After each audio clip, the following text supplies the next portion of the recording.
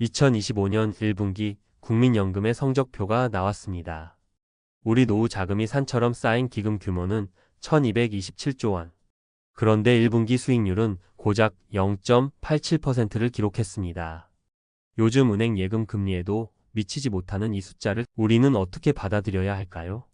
불과 1년 전인 2023년에는 100조 원이 넘는 수익을 내며 역대 최고 실적이라고 모두가 환호했습니다. 그런데 왜 1년 만에 상황이 이렇게 급변한 걸까요? 단순히 운이 나빴던 걸까요? 아니면 우리가 아직 모르고 있는 더 깊은 진실이 이 숫자 뒤에 숨어 있는 걸까요? 오늘 이 숫자들이 말해주는 불편한 진실을 하나하나 파헤쳐 보겠습니다. 국민연금공단이 발표한 보도 자료를 자세히 들여다보면 이 낮은 수익률의 주범으로 해외 주식이 지목됩니다. 올 1분기에 해외 주식 투자에서 마이너스 1.56%의 손실이 발생했습니다.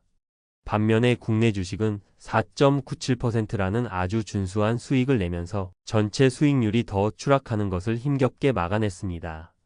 이 상황은 한마디로 해외에서 잃고 국내에서 겨우 방어했다 고 요약할 수 있습니다.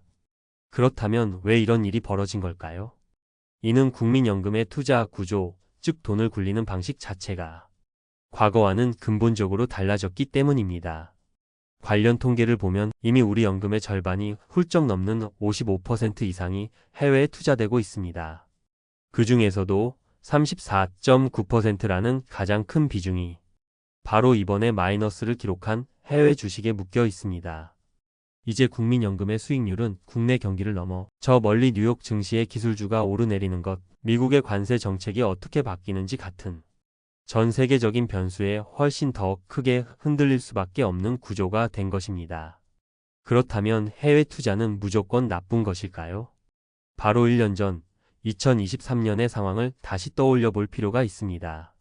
당시 국민연금이 100조 원이 넘는 사상 최대 수익을 거뒀을 때 그 1등 공신이 바로 해외 주식이었습니다. 보도에 따르면 2023년에 벌어들인 수익금 100조 원 가운데 약 절반인 50조 원이 해외 주식에서 나왔다고 합니다. 미국 나스닥 지수가 폭등하면서 우리 연금의 효자 노릇을 톡톡히 했던 것이죠. 이것이 바로 해외 투자의 양면성입니다. 높은 수익을 기대할 수 있지만 그만큼 큰 변동성과 위험을 함께 감수해야 하는 양날의 검인 셈입니다. 최근 5년간의 수익률 그래프를 보면 그 변동성은 더욱 뚜렷하게 보입니다. 2022년에는 마이너스 8.22%라는 최악의 손실을 기록했다가 바로 다음 해인 2023년에는 12%가 넘는 역대급 수익으로 극적인 반등을 이뤄냈습니다. 2025년 1분기에 0.87%라는 저조한 성적은 결국 이러한 거대한 롤러코스터의 한 구간일 뿐이며 앞으로도 이런 아찔한 부침은 계속될 가능성이 매우 높다는 뜻이기도 합니다. 하지만 단순한 시장의 변동성만이 문제의 전부일까요? 우리의 진짜 불안은 과연 이 거대한 돈을 맡은 사람들이 제대로 관리하고 있는가? 라는 더 근본적인 질문으로 향합니다. 최근 몇 년간 논란이 됐던 몇 가지 사례는 이 불안에 기름을 붓습니다. 2023년 3월 미국 실리콘밸리 은행 SVB가 파산했을 때를 기억하실 겁니다. 이때 국민연금은 약 1,400억 원에 달하는 손실 위기에 처했습니다. 더욱 뼈아픈 사실은 당시 한 언론사의 지적처럼 다른 국부펀드인 한국투자공사 KIC는 파산 직전에 위험을 감지하고 해당 은행 주식을 대거 팔아치우며 피해를 최소화했지만 국민연금은 오히려 같은 기간에 보유량을 늘리는 정반대의 결정을 내렸다는 점입니다. 왜 이런 상반된 결과가 나왔을까요? 또 다른 사례는 우리에게 더 근본적인 질문을 던집니다. 2015년 홈플러스 인수 사모펀드 투자 건입니다.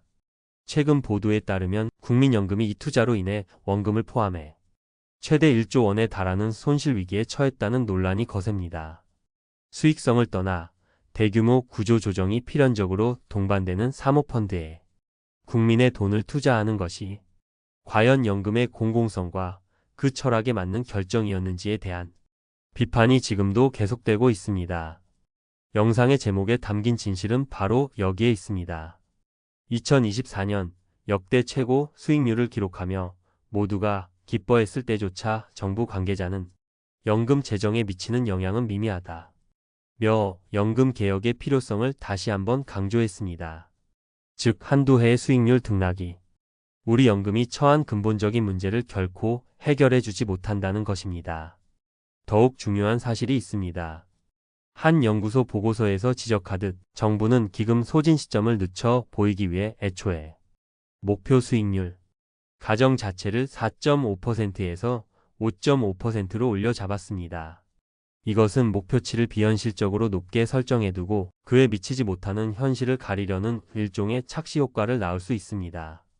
우리가 마주한 0.87%라는 낮은 수익률이 더 아프게 다가오는 이유입니다. 결국 수익률 논쟁은 본질이 아닐 수 있습니다. 저출산 고령화라는 거대한 구조적 문제 속에서 결국 우리 모두가 더 내고 덜 받고 더 늦게 받는 방식의 고통스러운 개혁을 어떻게 사회적으로 합의해 나갈 것인가. 이것이야말로 국민연금이 마주한 진짜 문제입니다. 이런 상황에서 우리가 느끼는 불안감은 너무나 당연합니다. 내가 꼬박꼬박 낸 돈, 나중에 제대로 돌려받을 수는 있는 걸까? 하는 생각에 밤잠을 설치는 분들도 많을 겁니다. 하지만 우리는 불안에만 머물러선 안 됩니다. 이제는 냉철하게 현실을 직시하고 우리 스스로 노후를 지킬 준비를 시작해야만 합니다. 첫째, 국민연금을 기초로 다시 생각해야 합니다. 국민연금이 내 노후 생활의 전부가 아니라 가장 기본적인 주춧돌이라고 생각의 틀을 바꾸는 것이 무엇보다 중요합니다. 지금 바로 국민연금공단 홈페이지에 들어가 나의 예상 수령액을 확인해 보십시오. 그리고 내가 원하는 노후 생활비와 비교해 부족한 부분이 얼마인지 냉정하게 계산해 봐야 합니다. 둘째, 나만의 플랜 B를 반드시 만들어야 합니다. 혹시 퇴직연금 계좌, DC형이나 IRP 계좌를 개설만 해두고 방치하고 있진 않으신가요? 연 900만 원까지 세액 공제가 가능한 IRP는 국가가 우리에게 주는 강력한 노후 준비 수단입니다. 수익률이 낮다고 불평만 할 것이 아니라 디폴트 옵션 제도 등을 활용해 조금이라도 더 적극적으로 관리하는 지혜가 필요합니다. 셋째, 단기 수익률에 일에 일비하지 않는 긴 호흡을 가져야 합니다. 오늘 우리가 이야기한 0.87%라는 숫자에 절망할 필요도 작년에 12%라는 숫자에 마냥 안심할 필요도 없습니다. 정말 중요한 것은 연금 제도가 처한 거대한 구조적 현실을 똑바로 이해하고 내 노후의 안전판을 스스로 한 겹 한 겹 두텁게 만들어 나가는 꾸준한 노력입니다. 국민연금의 수익률과 앞으로의 개혁 방향은 우리가 직접 통제하기 어려운 거대한 문제입니다. 하지만 내 개인의 은퇴 계획과 소중한 자산 관리는 오롯이 우리가 통제할 수 있는 우리 자신의 영역입니다. 정부와 정치권에는 국민연금의 투명하고 책임감 있는 운용을 계속해서 요구해야 합니다.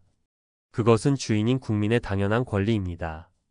이와 동시에 우리 각자는 나라는 작은 배의 선장이 되어 다가올 거센 파도에 대비해 든든한 돛과 튼튼한 노를 지금부터 준비해야 합니다. 그것이야말로 이 혼란 속에서 우리가 찾을 수 있는 가장 확실하고 유일한 진실일 것입니다. 오늘의 이야기가 그저 스쳐 지나가는 걱정으로 끝나지 않고 각자의 노후를 위한 첫걸음을 내딛는 진정한 계기가 되기를 바랍니다.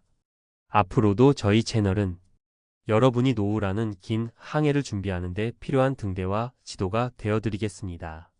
그 여정에 함께 하시려면 구독과 좋아요로 저희의 항해에 힘을 실어주십시오. 다음 시간에는 더욱 현실적인 지혜를 가지고 다시 찾아뵙겠습니다. 감사합니다.